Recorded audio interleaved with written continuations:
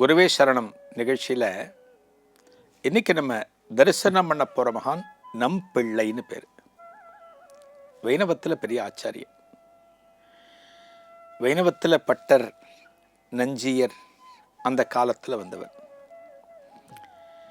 இவருடைய சிஷ்யர் அப்படின்னா பெரிய வாச்சான் பிள்ளை, வடக்கு திருவீதி பிள்ளை, இவங்கெல்லாம் இந்த நம்பிள்ளையோட சிஷ்யர்கள். இந்த நம்பிள்ளையோட காலம் எத்தனை ஆண்டுகளுக்கு முற்பட்டது அப்படின்னா சுமார் 900 வருடங்கள் இருக்கும், ராமானுஜர் காலத்திற்கு பிறகு. இவர் எங்க பிறந்தார் அப்படின்னா நம்பூர் அப்படிங்கிற ஊர், அந்த ஊர்ல பிறந்தார். இவருக்கு பேர் அப்படின்னா வரதராஜன். இவருக்கு பேர் வரதராஜர்னு பேர். நம்பூர் வரதராஜர் அப்படின்னு சொல்லுவாங்க. இவர் வாழ்ந்த காலம் அப்படின்னா 105 வருஷம் வாழ்ந்திருக்கார். எத்தனை வருஷம்? 105 வருஷம்.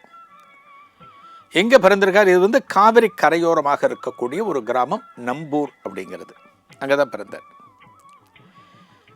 இவர் படித்தது, அதாவது பல வியாக்கியானங்கள் கேட்டது, பல கதா காலட்சேபங்கள் கேட்டதெல்லாம் ஸ்ரீரங்கம் பகுதியில் தான் இவர் கேட்டிருக்கார். பட்டருங்கிறவர் ஒருத்தர் வைணவாச்சாரியார். அவருக்கு அடுத்து நஞ்சியர் ஆச்சாரியரானார். இந்த நஞ்சியர் என்ன பண்ணினார்? திருவாய்மொழி அப்படிங்கிறது வைணவத்தில் மிக உகந்த ஒரு நூல், திருவாய்மொழின்னு பேர். அந்த திருவாய்மொழியை யார் எழுதினா அப்படின்னா நம்மாழ்வார் எழுதினார். நம்மாழ்வார் எழுதினது அத்தனையும் சுத்தமான தமிழ், அத்தனையும் சுத்தமான தமிழ். தமிழ் தமிழ்னு நம்ம சொல்கிறோமே, சைவமோ வைணவமோ தமிழை 1000 ஆண்டுகளுக்கு முன்னால், 1500 ஆண்டுகளுக்கு முன்னால் போட்டி போட்டுக்கொண்டு வளர்த்தன. இந்த தமிழெல்லாம் அந்த அளவுக்கு விளையாடும் அவர்கள் எழுத்தில். இந்த திருவாய்மொழிக்கு ஒரு வியாக்கியானம், வியாக்கியானம்னா என்ன சொல்லுவாங்கன்னா உரைன்னு சொல்லுவாங்க. இன்னைக்கு ஒரு நூல் இருக்குன்னா அதுக்கு உரை எழுதுவாங்க, விளக்க உரை எழுதுவாங்க, உரையாசிரியர் அப்படின்னு போடுவாங்க. அதுபோல இந்த திருவாய்மொழிக்கு ஒரு விளக்க உரையை யார் எழுதுறா அப்படின்னா நஞ்சியர் அப்படின்னு ஒருத்தர் எழுதுறார். அதுக்கு பேர் 9000 படின்னு பேர்.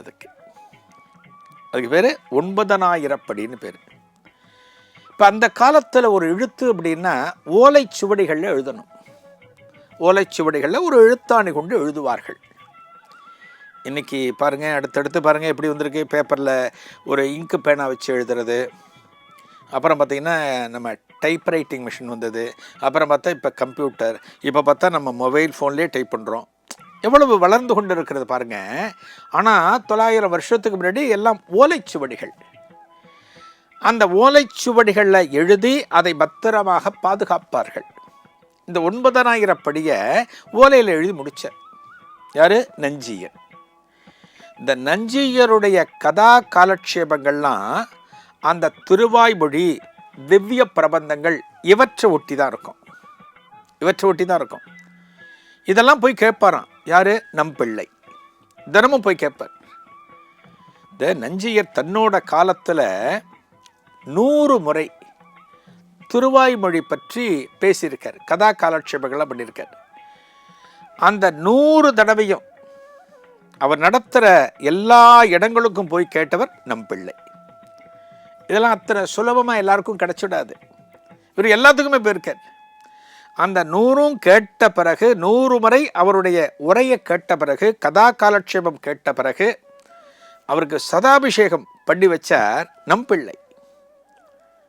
இப்போ இந்த 9000 படின்னு சொன்ன பார்த்தீங்களா, அதுக்கு வருவோம்.